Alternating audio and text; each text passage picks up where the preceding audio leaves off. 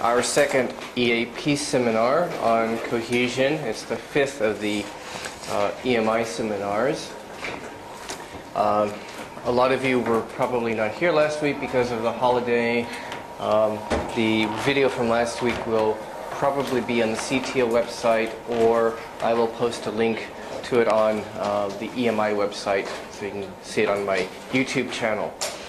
Today we are talking about coherence, and next week we will be talking about cohesion.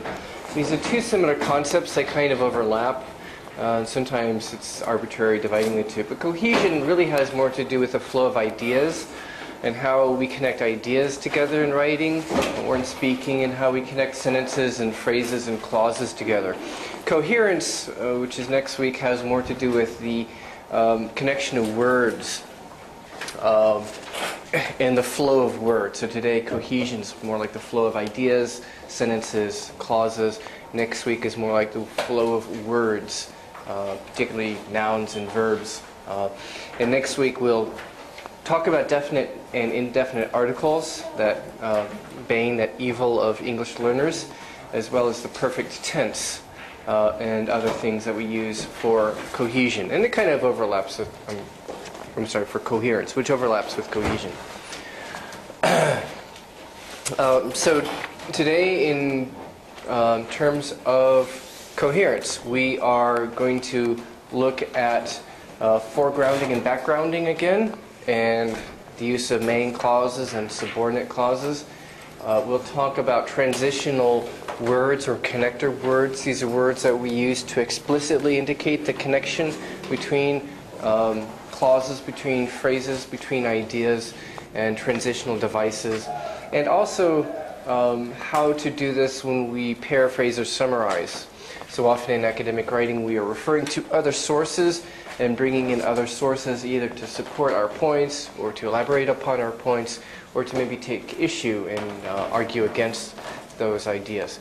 And so we'll talk about some of the linguistic devices used in doing that in order to summarize and paraphrase in a way that is more coherent. So first we'll talk a bit about foregrounding and backgrounding, and I've got some mistakes in the Korean terms I typed here, but we mentioned this a bit before. Foregrounding and backgrounding is kind of a general linguistic principle in writing and speaking.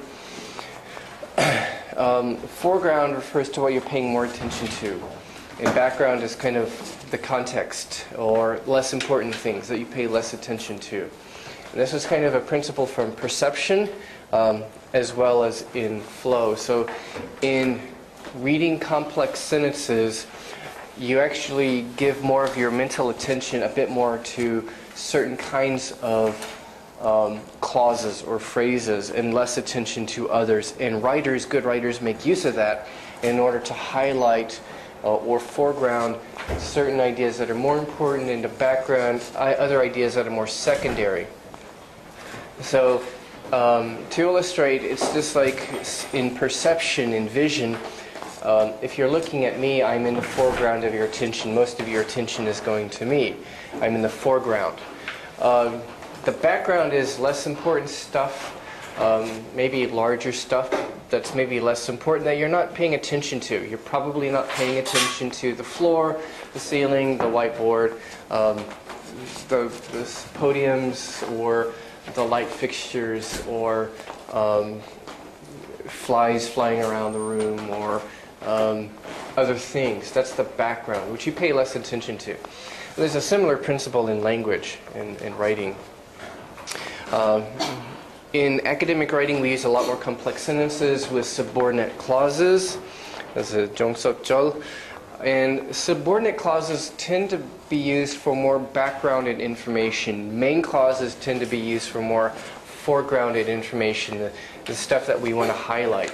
And so maybe in the flow of writing, you've got, let's say, a subordinate clause and then a main clause, in which case the subordinate clause is maybe providing information that is leading to the point of the main clause. Or you might have main clause plus subordinate clause. So the main clause might make a statement, and then the subordinate clause might elaborate on it or give additional information that elaborates or explains the point of the main clause. And we saw these examples before. So like in example 1A and 1B, I ran the simulation, the problem became apparent. Okay, that's okay, but if you do that all the time, your writing is going to sound dull and dry. It's going to sound kind of choppy, kind of like you're chopping vegetables. It's that kind of flow, which isn't good. Good writers use a variety of sentence types, shorter sentences. Sometimes a shorter sentence will highlight or emphasize a more important point, maybe something you really want to draw the reader's attention to.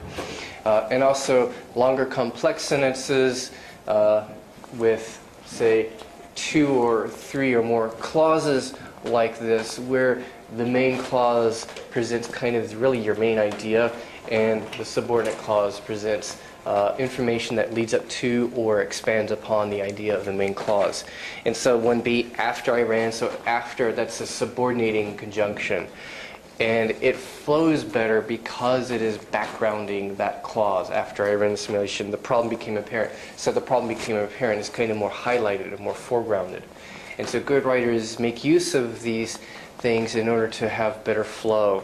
So in these examples, like 2A and 2B, although is a subordinate clause, it tends to flow better many times than the 2 main clauses, one with but. We do use but sometimes in academic writing, but something that maybe new writers do or writers in a second language tend to do is they overuse the simple coordinating conjunctions, the simple coordinating conjunctions like and, or, so, but. Beginning writers or ESL writers tend to overuse these, and they don't use enough of a variety of conjunctions. So instead of saying but so often, if you're trying to write a nice academic paper with a serious academic tone, but you keep saying but, all these buts, it kind of takes away from the professional tone you want to establish. But instead, if you use although and however and yet and while and whereas, more of a variety, it sounds better and it flows better because you're doing more backgrounding. Instead of saying so all the time, you can say thus, therefore, hence, thereby, as a result, etc. And on my website, I've got a whole list of other transitionals that you can choose from, and it breaks them down according to whether they're subordinating or coordinating. So take a look at the transitionals handouts on my website to refer to. Maybe print those out and post them on your wall, and put some copies in your restroom so you can study and such, so that you can learn to use more variety of conjunctions, in other words. Likewise, 3A and 3B. 3A is one of those so clauses. It sounds better if you put it like in 3B, because kind of backgrounds things more than so, or to even background things even more than that, you can use since. I think the difference between since and because is, I think because it does more backgrounding than so, but I think since does even more backgrounding than because. So in terms of kind of a hierarchy, since is more backgrounding than because, which is even more background, which is more backgrounding than so. So kind of foregrounds things. So if you use like so and, if you use these main clauses all the time, it's foregrounding everything. And that's why it leads to a choppy flow like that, because you're foregrounding everything.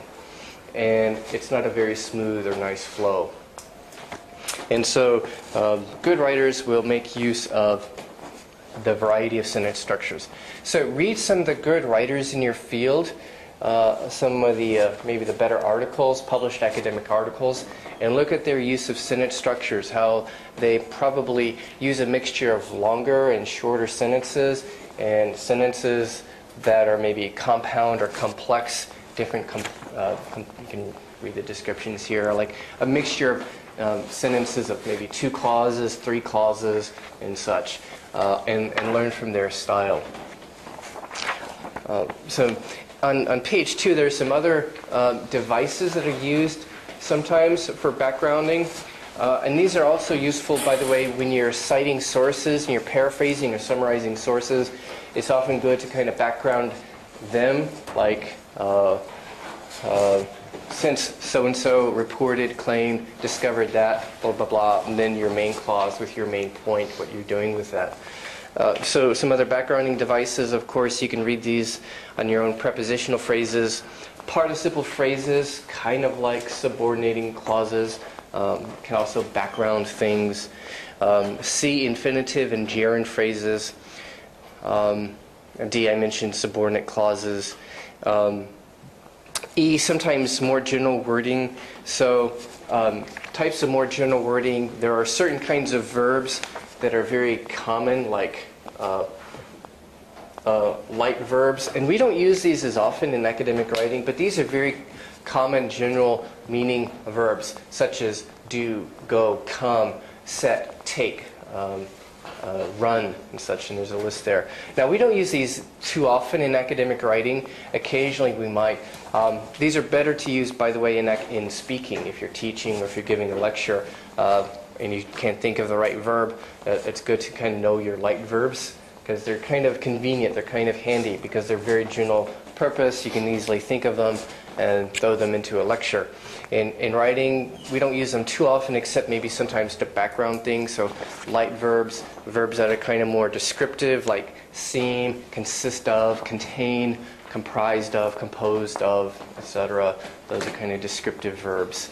And we might use those sometimes for a slight bit of backgrounding. Now, we come back to infinitives and gerunds. This is kind of tricky sometimes. When do you choose an infinitive? When do you choose a gerund? So, now there are occasions where it makes a big difference. Like, I stopped to drink coffee and I stopped drinking coffee. Now in that case, to drink or drinking, there it makes a big difference, because it's a completely different meaning. There are a few main verbs like stop where it makes a big difference.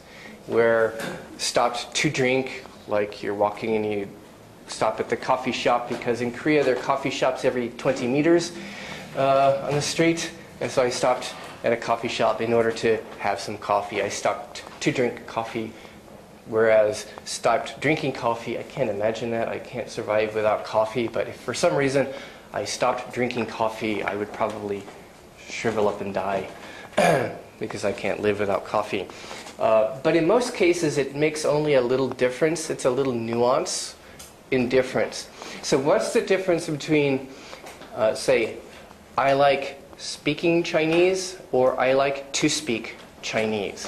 What's the difference?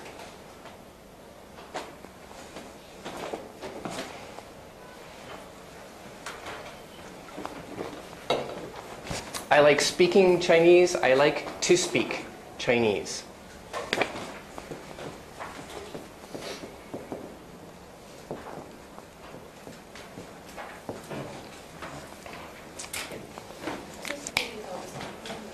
To speak contains objective meaning.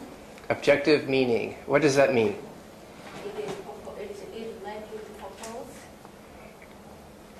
It can be purpose.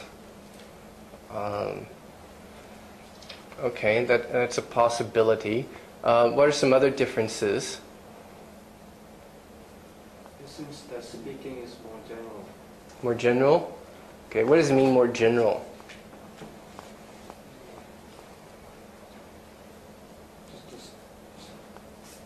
The to speak means word, like statement in here and now.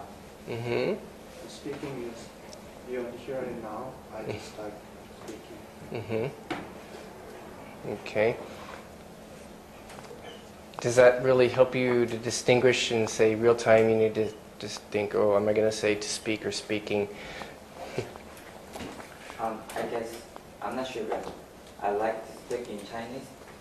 Means like, I want to speak in Chinese now. Okay, it could mean, yeah. It could mean I want to. It could mean purpose. Okay. Whereas if you say, I like speaking Chinese, that probably more implies something that's factual or real or specific or concrete. So if you say, I like speaking Chinese, it kind of implies that you do or you can speak Chinese.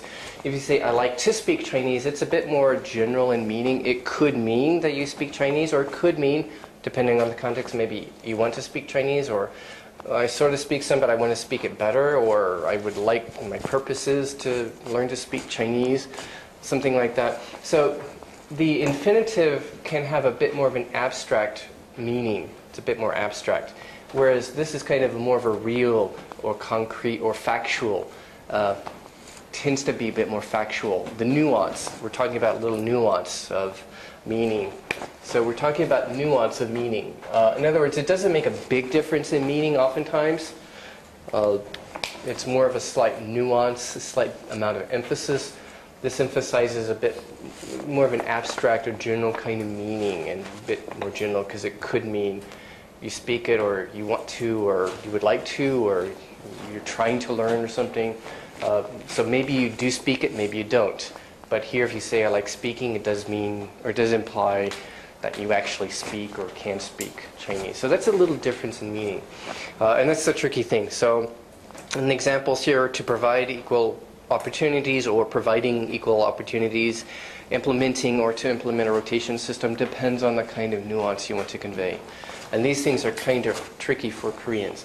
I don't know Korean grammar very well, but I think there might be I don't know, there might be a similar difference because in Korean you have two kinds of gerunds. You have one kind of gerund with kind of the mium and another kind with the gi, like hagi. And I don't know if this is the difference here in Korean too. Maybe you can tell me if there's a similar difference with these, because I don't know when you use, because many verbs have two kinds of gerunds, I think, in Korean. Some with the mium and others with the gi. And is it the case that one of these is more factual or one is more hypothetical or abstract? Do you know? The upper one seems to be less factual. Less factual. So maybe, is this maybe more like an infinitive in that sense? No. Think about it and tell me later. Send me an email if you figure it out. I would like to know, because I would like to know. So these are some kinds of devices that we use for our flow of ideas. This becomes important on page 2, paraphrasing and summarizing, because sometimes we use these to background information that we are citing from other sources when we are quoting them in our papers. And in doing so, it is important to only paraphrase, or actually summarize, even better, summarize only the stuff that's really important when we are using information from someone else, when we're citing a source. Say, referring back to previous research in your area. You're writing up your paper, and you're talking about the previous research about this research question. You need to summarize the stuff as concisely as possible. And one thing I've noticed that I think Koreans and other ESL students do in academic English writing is they kind of paraphrase too much stuff, too much information. And you wonder, why are you telling me all of these details of someone else's study or experiment? It's not really relevant to your point. You want to condense it as much as possible and only refer to the facts that are important to your point, the point of your paper that you are writing, or your thesis or your research paper. And so there's some things we typically leave out, things that in the paper we're citing are background information, things that you and the readers, fellow researchers in your field would typically know already about commonly known facts or theories that people would be familiar with. A lot of the details of an experiment, if you're reporting somebody else's experiment, don't need to report their statistical information. You don't need to report their p-values usually. You just say they found X to be significant, or X had a significant difference. So you don't need to give their p-values, their ANOVA results, their factor analysis results. You just need to summarize in prose and words what they found. And maybe the most basic implications of their paper, or how it relates, most importantly, how it relates to you. Because you'd be citing other sources, other papers for maybe several reasons. One, to critique the research that other people have done and maybe identify maybe a gap in the literature in order to justify your research. Like, hey, they did this and this, but what about this question? They didn't look at this question, and I'm going to look at that question. Or they did this and this, but I don't really think their research methods are the best. I'm going to improve on what they did, and I'm going to do a better job than what they did. And so you're citing papers for that reason. Or maybe in your discussion section later in your paper, you're discussing the results of your study, your experiment, or whatever. And then you also refer to other sources to back up what you are saying when you're saying, these are the results of my experiment, and these are the, I think, the implications of it, what it means in terms of this hypothesis or this theory. And in order to make my point, I'm also going to cite for support ideas or data from some other researchers in order to fill out my argumentation. And these are the reasons that we cite other sources. So you don't want to cite too much information. In fact, today I put up another handout on the website. So this went up this afternoon. But here on this side, this is kind of this is a little small, but this is from the original paper. This is another handout I just put up today. So here it's 1, 2, 3, 4 paragraphs. And if you're citing this in your own paper, you might condense all of this down to maybe one little paragraph. So, and this is kind of typical, and not the whole paper, but maybe 4 paragraphs that are relevant. Not the whole paper, but say this is someone else's published study, and then this is the paper that you are writing for your research paper or your thesis or your dissertation. And so one paragraph here kind of gets boiled down to maybe half a sentence here, or a sentence, maybe 2 sentences. And this paragraph becomes half a sentence. This paragraph maybe becomes a sentence. This paragraph maybe becomes 2 sentences. And that's typical. We typically summarize a lot and make it as concise as possible, because you're only talking about the relevant information from here in terms of how it relates to your ideas or your arguments or your research and what you're trying to show. So in doing that, how do you summarize? By the way, sometimes we say paraphrase, sometimes we say summarize. It's really kind of a continuum. Kind of when you paraphrase, you do summarize a little bit. When you summarize, you are paraphrasing as well as shortening it a lot. So when you summarize or paraphrase other sources, what do you do? How do you change the wording in order to avoid plagiarism? What do you do to change the wording?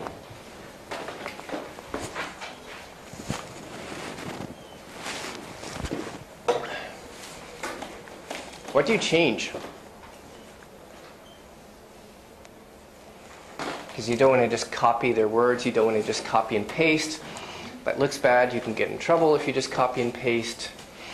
The U.S. Vice President Joseph Biden, he ran for president in 1988. I was in college back then. Tells you how old I am. He was not the Democratic nominee, but in the primary, the spring primary, he was running for president. And it was discovered he was plagiarizing in his campaign speeches. He was plagiarizing from a British Labour Party politician. And because of that revelation, he had to drop out of the race because he was plagiarizing. And so sometimes, after that, sometimes people called him Joseph Xerox Biden. Xerox, like the photocopying machine. I could tell you all kinds of great stories about plagiarism and how people have gotten into big trouble. People that did massive plagiarism on their PhD dissertation, some well-known scientists got their PhDs taken away from them. There is around the time of the Dr. Huang scandal here and the Xin Zhengao scandal here, there's a big, big scandal in Europe. A Swiss physicist was publishing massively. He was publishing like every 3 weeks.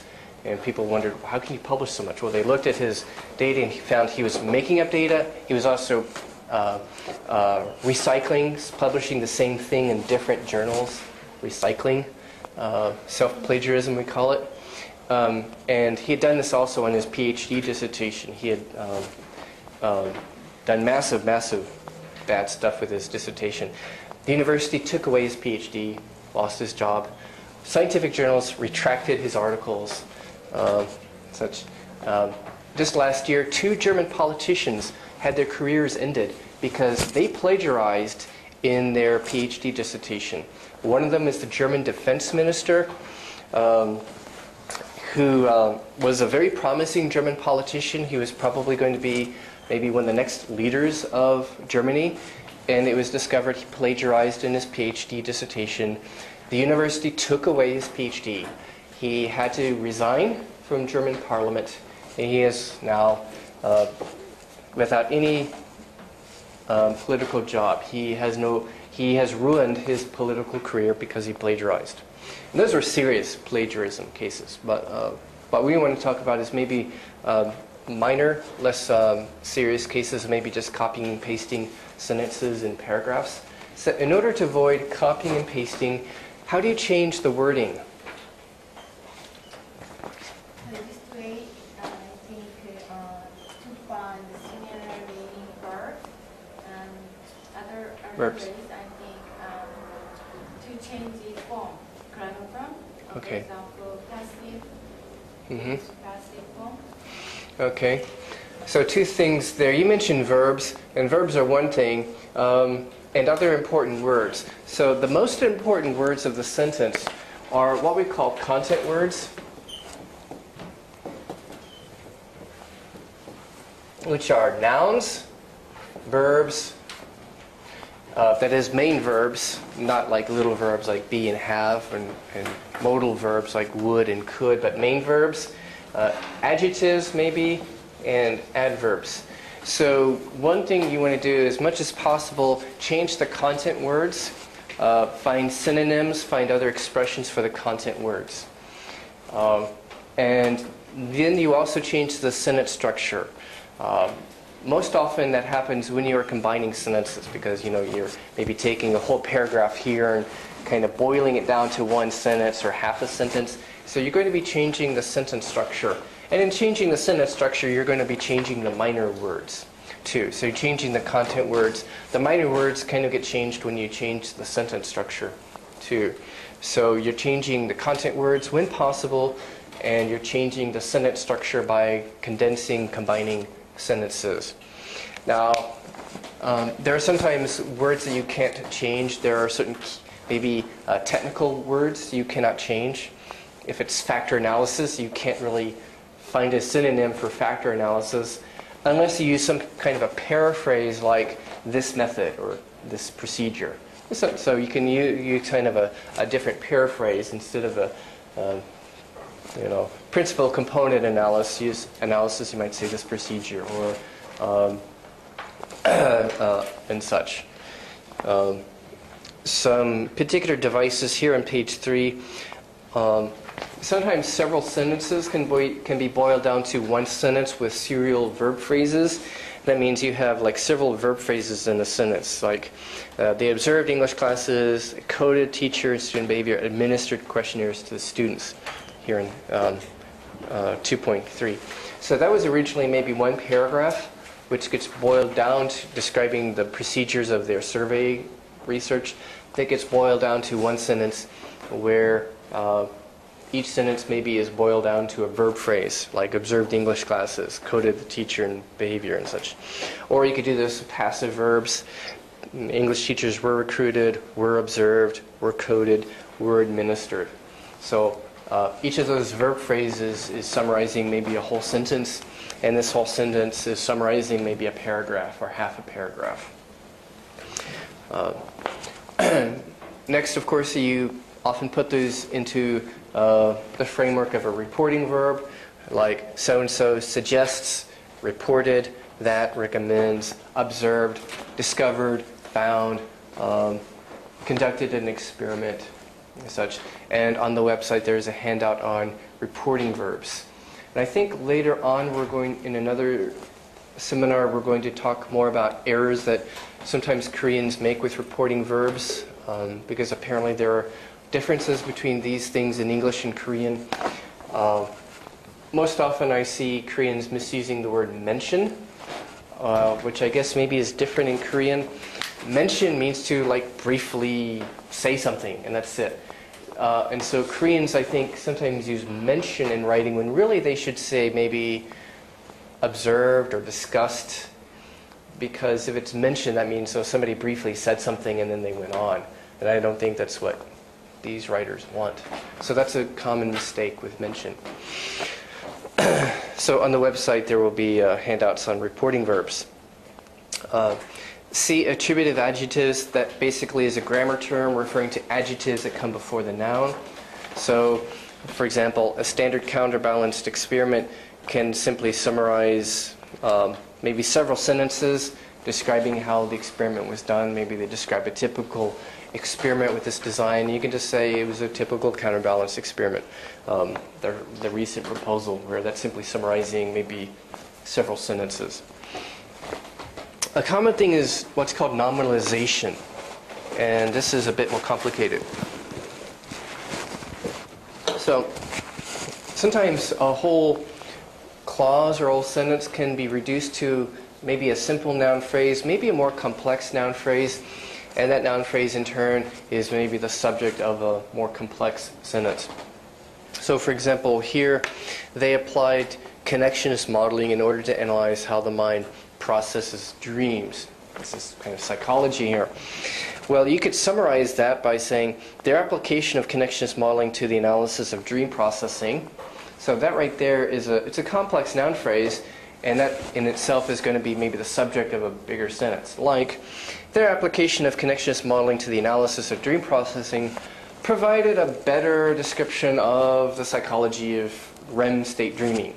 So that actually flows better than breaking this up into two separate sentences. If you said they applied connectionist modeling, blah, blah, blah, this provided a better analysis or insight into REM state dreaming. Well, if you do the nominalization, it kind of flows better when you're trying to summarize complex ideas. How we directed our research, the direction of our research. The military invented the Arpanet versus the military's invention of the Arpanet revolutionized dissemination of information. It's more complex, but it does flow better than the original two sentences. You all know the Arpanet, right? Does everybody know the Arpanet? You should know this. This is Arpanet, you mean the origin of the internet? the origin of the internet. The internet was invented by the U.S. Army. I guess that's one good thing the U.S. Army did. They've trashed other countries, but they did invent the internet. Okay? So the internet was invented by the Army. Back then it was called the Arpanet, and it was designed for security purposes in case of a national emergency, so that the U.S. government, the military, the White House could communicate with each other in the event of a crisis. That became our internet. Okay, so in spite of the problems caused by the U.S. military, the internet stands as one of their great inventions. So nominalization is a common thing. So read your academic journals and look for nominalizations. They were probably pretty common, especially when they are maybe talking about more complex ideas and more complex information and summarizing what other people have done. The next thing is transitional words. So some of your grammar books might call these transitionals, connectives, connectors. They include things like conjunctions. You all know probably know conjunctions.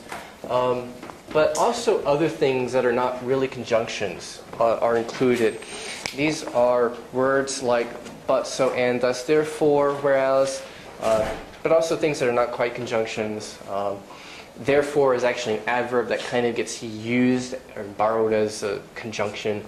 And other expressions like on the other hand, to the contrary, and things like that that are not conjunctions, but serve the purpose of making a transition from one idea to another. So writers use transitions in order to make better flow from one sentence to another, from one idea to another. And you may have been taught some transitions, but the problem is there are some deficiencies in the way that Koreans have been taught transitional expressions. Or maybe you've not been taught them at all, which is something that I find. And so Koreans have trouble with English transitions, in particular some of them. So these are some examples I pulled from writing samples. 3.1, well, one might be adverb placement. Number 1, putting utterly, which is actually more of an adverb at the end. That's kind of odd. I see that occasionally. I'm not sure why they do that. But more interesting are 2 and 3, where these sentences begin with especially. Now, in academic English, do you start sentences with especially? Oh, let me ask you, do you do that in Korean? In Korean, in academic Korean, can you start a sentence with 특별히, 특히? Yes. Commonly? Pretty common? Possibly. Possible? Okay. But in English, it's not very common. There is one exception, which I will talk about later, but generally, we don't like to start sentences with especially in academic English. It's kind of more informal or colloquial. So colloquial means kind of informal or conversational. So if you do this, it sounds more colloquial or it sounds more informal. So it's usually not so great for academic writing. And the reason is this. What kind of word is especially?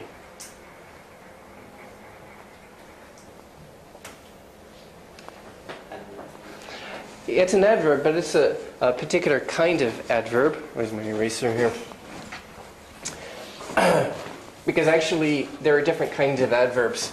And one problem with the way that people are often taught English as a foreign language, they don't really teach you the truth about types of words. Like maybe they taught you the lie that there are 8 parts of speech or 8 word classes, like nouns, verbs, adjectives, adverbs, prepositions, conjunctions, interjections and such. It's actually not true. Things are more complex than that. And there's not just adverbs. There's no such thing as just a simple category of adverbs. There are different kinds of adverbs which work very differently. Especially is normally an emphatic adverb. It's emphatic. It's for emphasis. So especially, say within a sentence is an emphatic adverb or an intensifier, you can call it. Now, when you put especially at the beginning of a sentence, it takes on another role. There are certain adverbs that come at the beginning of a sentence, which I'll talk about later. Sometimes you start sentences with sentence adverbs, like hopefully we will do da-da-da, or incidentally we decided, thankfully it didn't happen. So those are sentence adverbs. You begin a sentence with a sentence adverb, and it indicates kind of your tone or toward the whole sentence, or how the whole sentence is to be interpreted. So when you take a strong emphatic adverb like especially, you put it at the beginning, it's kind of emphasizing the whole sentence. And it's kind of like shouting at someone, or it's kind of like typing a sentence in email in all capital letters, which is not good because it's like shouting at someone. So if you say, especially economic predictions, it's kind of putting emphasis on the whole sentence, which in terms of the flow of academic writing isn't really good. It's kind of like suddenly you are shouting a whole sentence at somebody, and it just breaks the flow. It's just too much. So in academic writing, it's better to put it inside the sentence.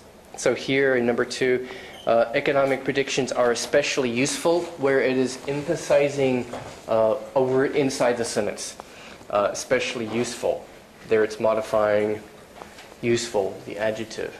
Put it inside the sentence or get rid of it. You can just leave it out altogether. Or you can use something that's a little softer, like particularly or in particular. Because that's a little softer than especially. So that would sound better in the flow of academic writing. There's one exception which we'll talk about later, though. So especially isn't really good in academic writing. It's okay in informal writing or in speaking. Complex sentence structure. Number 4. Do you see a problem with number 4?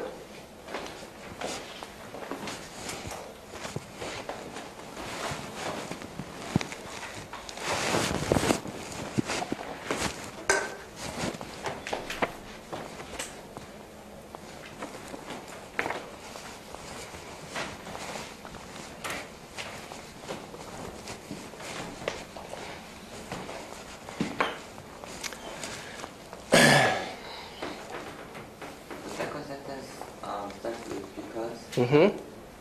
Yes. Yes. It's not so much that the sentence starts with because, but the whole sentence is just a because phrase.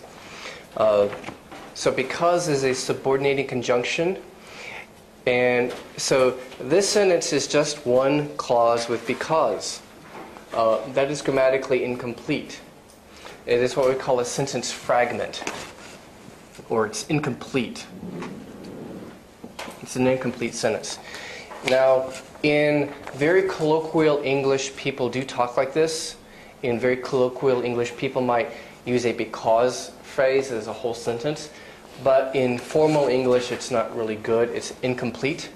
It has to be combined with another clause. It has to be combined with the main clause, say with a comma and such, in a way that flows better. So these two sentences should be combined. Maybe put a comma before because and combine them into one sentence. And this is a common mistake among new writers. 5 we talked about already. How about number 6? How does number 6 feel?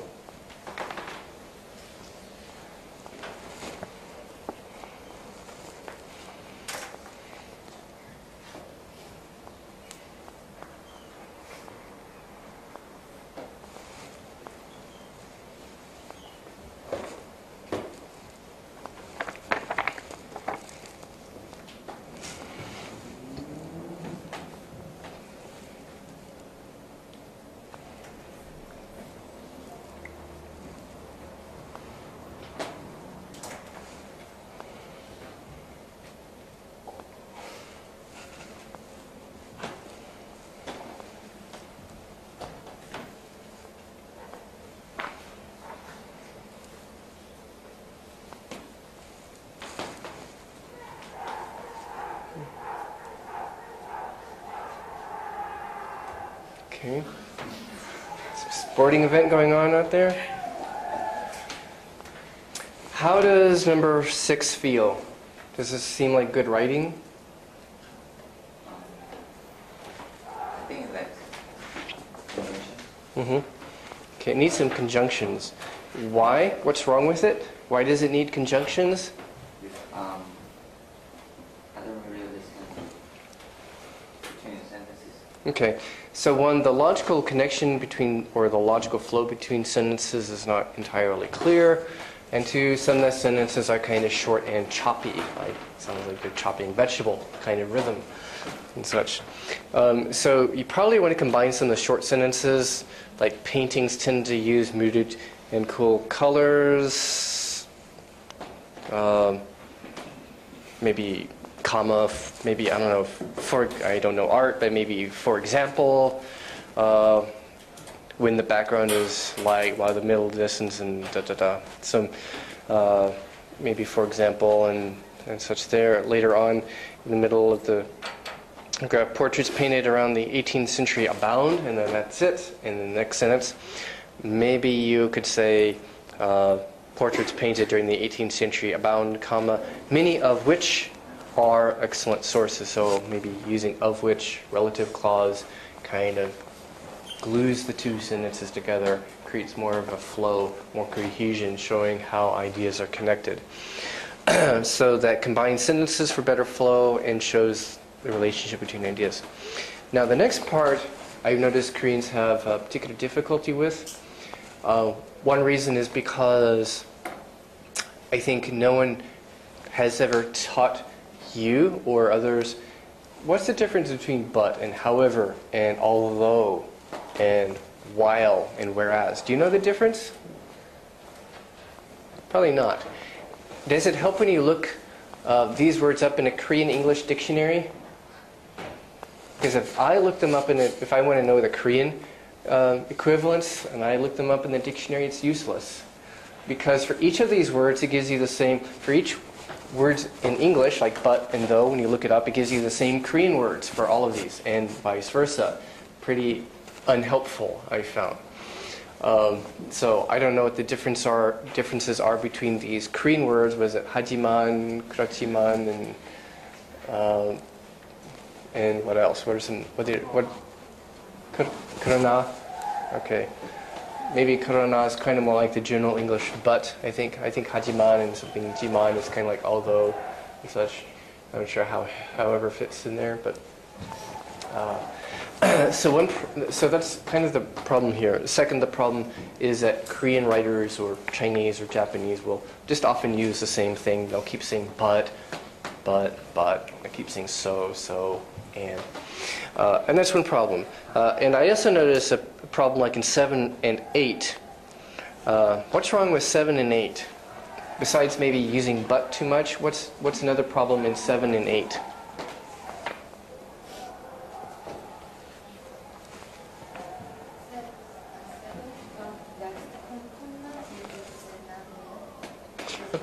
Yeah, you don't need a comma after but in academic writing. If you do that, it's kind of more colloquial. That's kind of like saying but with extra intonation, like, but statistics show blah, blah, blah. That would reflect maybe intonation in your speaking. And that's kind of like more of a stronger contrast if you do that. If you have but with a comma, or you say but with a stronger intonation. So there's kind of the general contrast of but, and then there's maybe a stronger, more emphatic contrast. And if you want the stronger contrast, in academic writing or formal writing, it's better to say what? What is better than but with a comma? However, I think would be better. If you want a stronger contrast, however would be better. And by the way, if you start a sentence with however, it should have a comma. Or if you combine two sentences, it would be blah, blah, blah, semicolon, however, comma, blah, blah, blah. So that's the correct punctuation. And the same is true also for therefore and furthermore and moreover. We'll talk about this in a later seminar.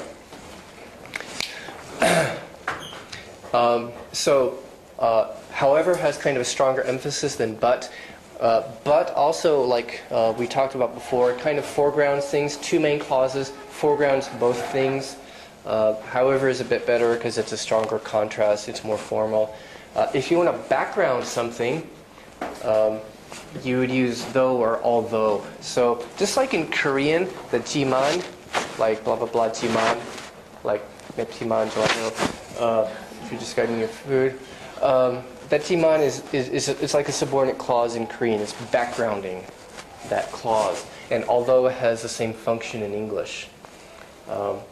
So I found that Korean writers at many different levels, from undergrad to grad students, have trouble overusing but, and they tend to underuse the other markers. I think maybe they have less trouble with though, because it is kind of like the jiman in Korean, but they have more trouble with using however and while and whereas and yet and others. So I think I have a handout on the website that actually has, or if it's not there, will be later on, that actually lists the conjunctions that Koreans have difficulty with and how they are properly used. But though and although are backgrounding conjunctions to background information, however is a strong contrast. And whereas is kind of a stronger contrast than while. In 9, occasionally I see this. Here the writer used although and still.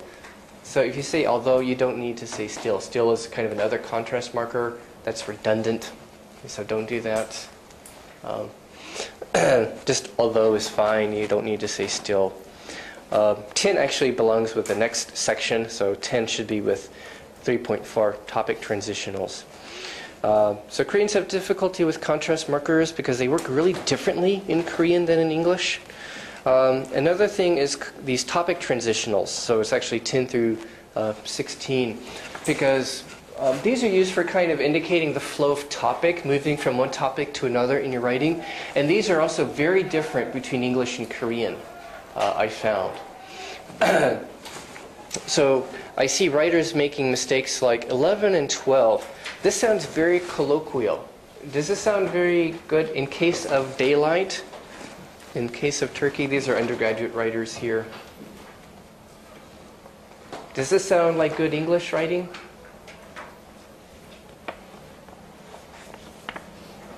It's not really good English writing, but why are they doing this? Why do Koreans often overuse the expression in case of? I think because we often see this like everywhere. Yes. So it's translated to English. Right. Like in case of value. So actually, now that's a different meaning though in English. In that case, it has a different meaning than the Korean. In the Korean, it's a natural transitional expression. What is it?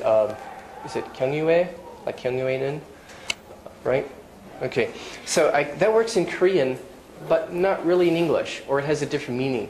If you do this in English, it either sounds very colloquial, or when you use something like in case of fire, that sounds more like a conditional. Like if there is a fire, in case of fire, call 911. In Korea, it's 119. In America, it's 911. So these don't really work in English. Or if you do it in English, it's very, very, very colloquial.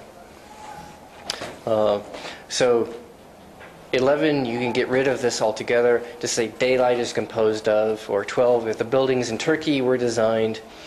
13 is a bit better. With regard to, we can do this in academic writing, but it's not good if you use it too often.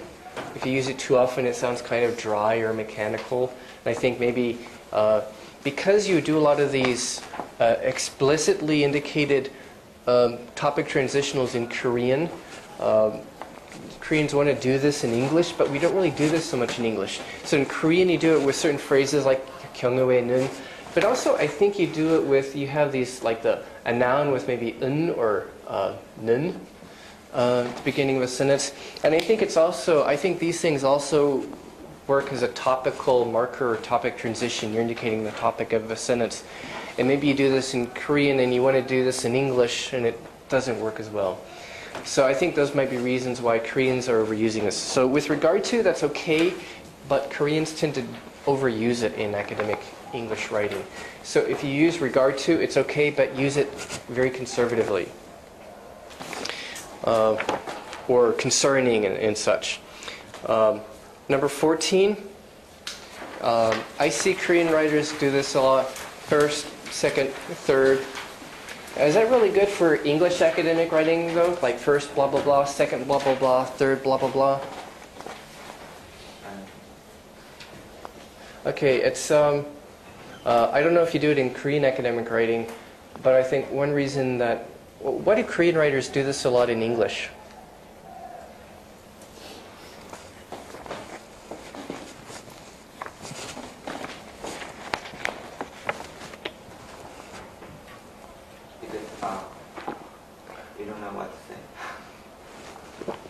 Perhaps. I think that's one reason.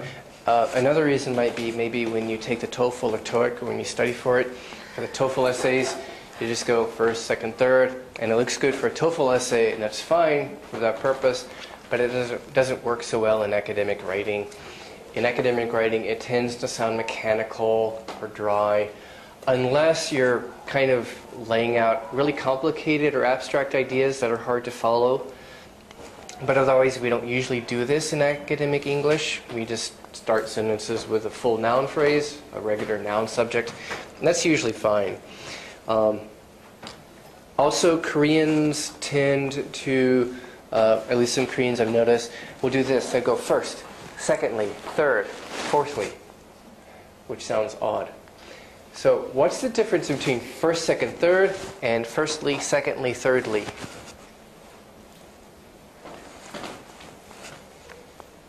Any idea? First, second, third is North American style. Firstly, secondly, thirdly, British. So choose one type of English and use it consistently. And then first of all is colloquial. So first of all is not good for academic writing.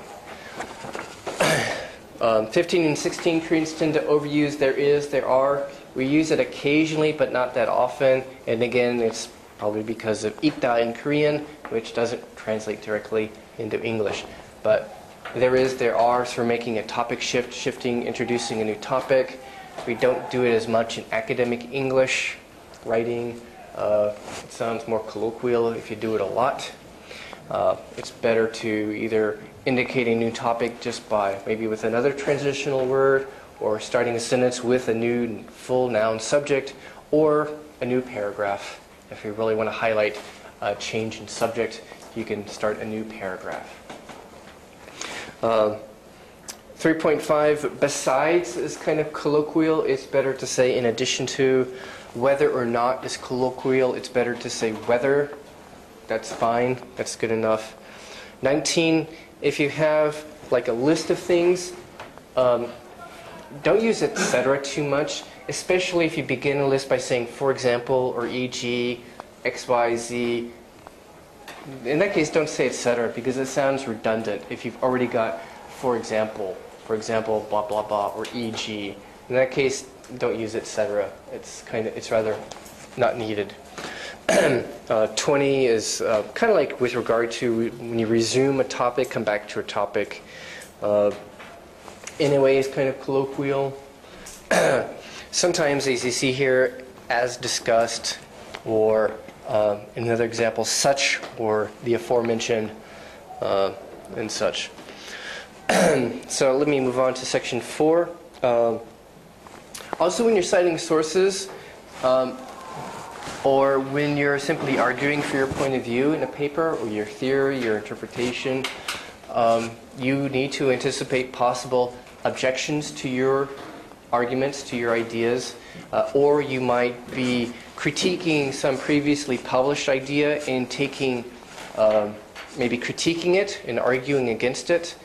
And in that case, you can take those ideas that you are arguing against and you have to frame counter-arguments. You have to anticipate objections to your views, to your ideas, your interpretation, or you have to deal with maybe things that have been published that go against what you are saying. So in that case, this is where we use transitionals and backgrounding. So instead of simply summarizing an opposing viewpoint at length, you simply background it. Maybe use something like, although so-and-so has claimed, although Smith 2002 has claimed or has proposed, or although some might object by saying, or some have made the claim that, blah, blah, blah. However, our interpretation is such and such.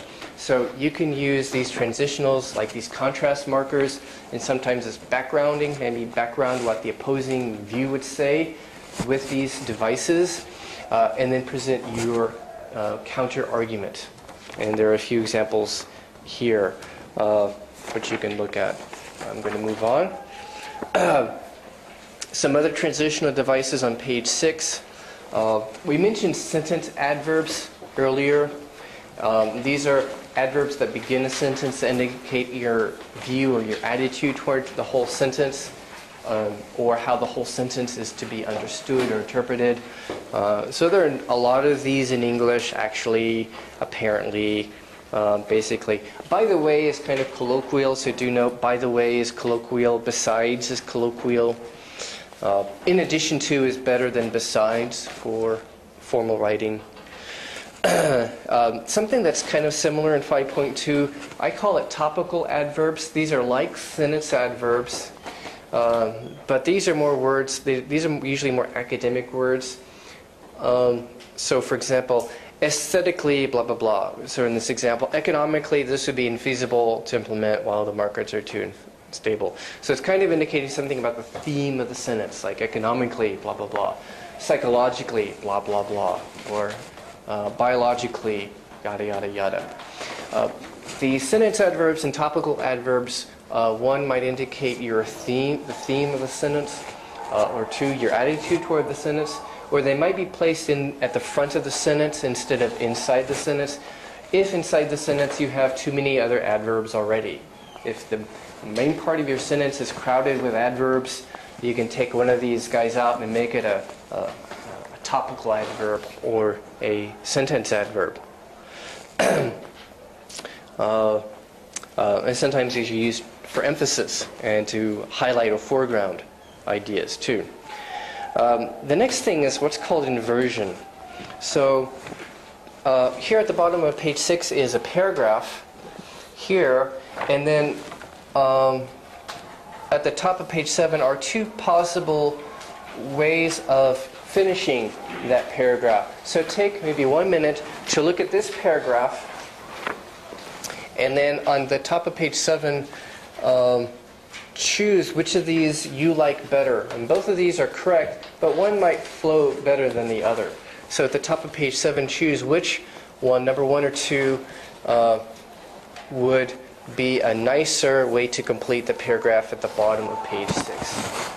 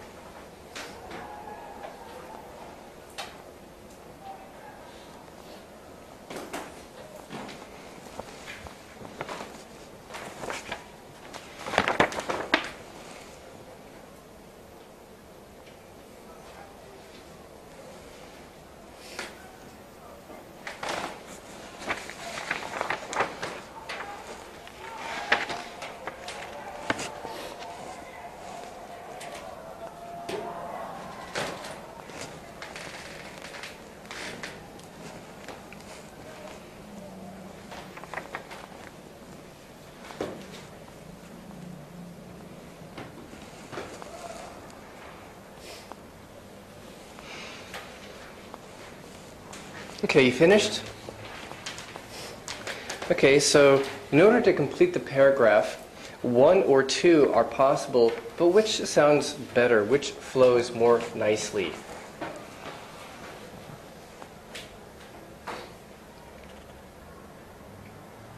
Page 7, number 1 and 2. Yeah, so page 7, number 1 or number 2, which do you like better? You like 1? Okay. Anybody like number 2? Who likes number 1 best? Okay. Who likes number 2 best? Okay. Why do you like number 2 better? Because it's a fine sentence, so calculation, don't have the sentence. Okay, kind of emphasize it. Back there, why do you like number 2 better? Important wording is the relationship, and they are, you can say, support to the particularly important. So is changing the situation is better. Okay, give one more person. Why do you like number 2 better? Yeah, I think you raised your hand, right? I feel number 1, about number 1. Mm-hmm. You sound it.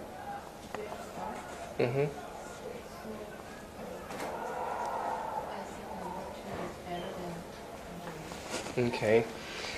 What we're seeing here, this is a kind of linguistic structure which we call inversion, which means that the subject is moved to after the verb. So particularly important are social relationships. Social relationships, that's the subject, but it gets put after the verb. And maybe something from part of the predicate gets moved here in front of the verb. It could be an adverb or an adverb phrase. It could be an adjective phrase. It could be a participle phrase. So basically something is put before the verb and the subject moves to after the verb. It kind of softens the flow. And so 1 and 2 are both fine, but in some contexts, inversion, like in number 2, might flow better because it kind of softens the flow. And it is a device that's used for introducing kind of a new but related topic. It's new, but it's very related to what was before. And so it kind of softens the flow by moving the subject after the verb and putting maybe a descriptive phrase at the front of the sentence. So this is used sometimes in academic writing, perhaps more in social sciences and in humanities, but it's possible anywhere. It's also very common in narrative writing. You'll see it a lot in novels and in literature. Is anybody studying literature? Any literature students here? No. You'll see it a lot in literature as well as academic writing. There's some other examples. Like down here, you're working on an important research project you want to finish and get published. But along comes a rival contender. Or number 2, you plan to present some great research findings at a major conference, but looking at the conference is a rival contender. So so number 1, along, it's an adverb that gets moved to the front. 2, lurking at the conference, a participle phrase. 3, particularly important. 4, much less expected, past participle phrase. Number 5, rather more significant, an adjective phrase, more significant. 6, especially noteworthy. So before I said generally you don't begin sentences with especially in academic writing. This is one exception. In this case, it's okay because especially is simply part of an inverted phrase where it's modifying noteworthy. So more noteworthy, especially noteworthy, is the finding that. So the finding that patients recovered, that's the subject, and it's moved to after the verb. And so especially is simply part of an inverted phrase. In that case, it's okay.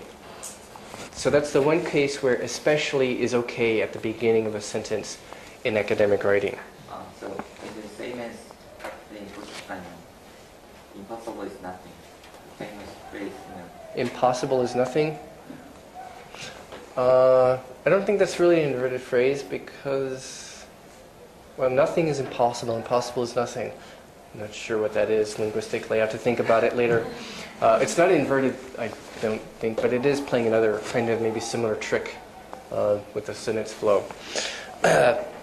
Number 8. One time I was actually writing a paper about these sentence structures, and I had talked about standard sentences, and then I found myself writing this. I said, more interesting, however, are inverted sentences.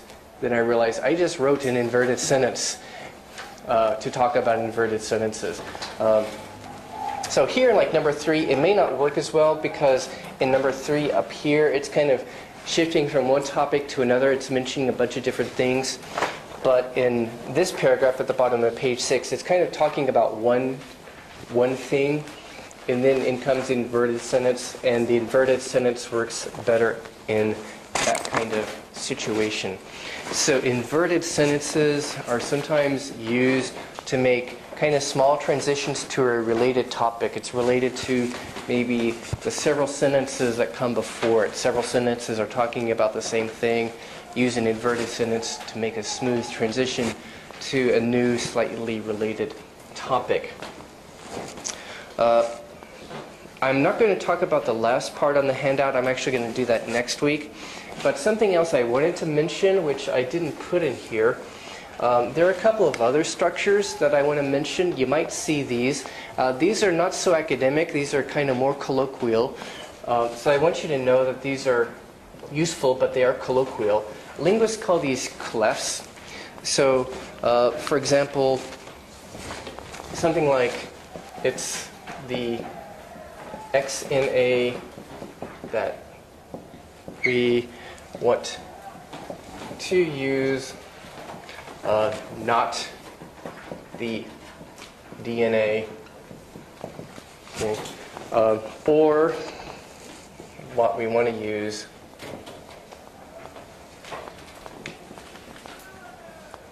is XNA. Can you see this back there? This is not a very good marker. Not DNA.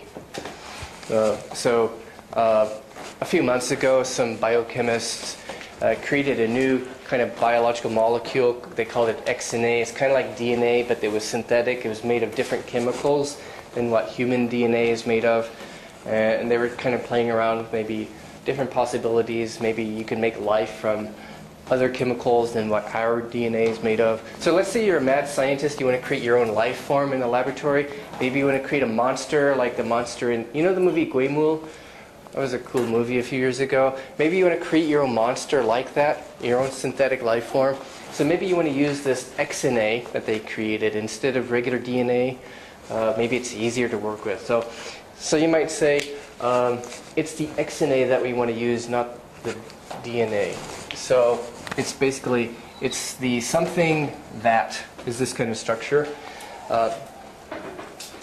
This is not really common in academic English. This is actually colloquial. This is kind of used for emphasis or contrast. And so this might be better for, say, speaking, for lecturing, for giving a conference presentation. Maybe not so great for academic writing. But this is what linguists call a cleft sentence. It's the XNA that we want to use, not the DNA. Or what we want to use is XNA, not DNA. So this kind of structure, this is kind of more informal or colloquial. And so, again, probably not so great for academic writing, but probably fine for speaking purposes because it's for making a contrast or for emphasis. Okay. So, do you have any, this is all for today, so do you have any questions about coherence? Okay, so hopefully you will be more coherent now, right? Actually has different meanings too besides writing. So go out and be coherent. See you next week.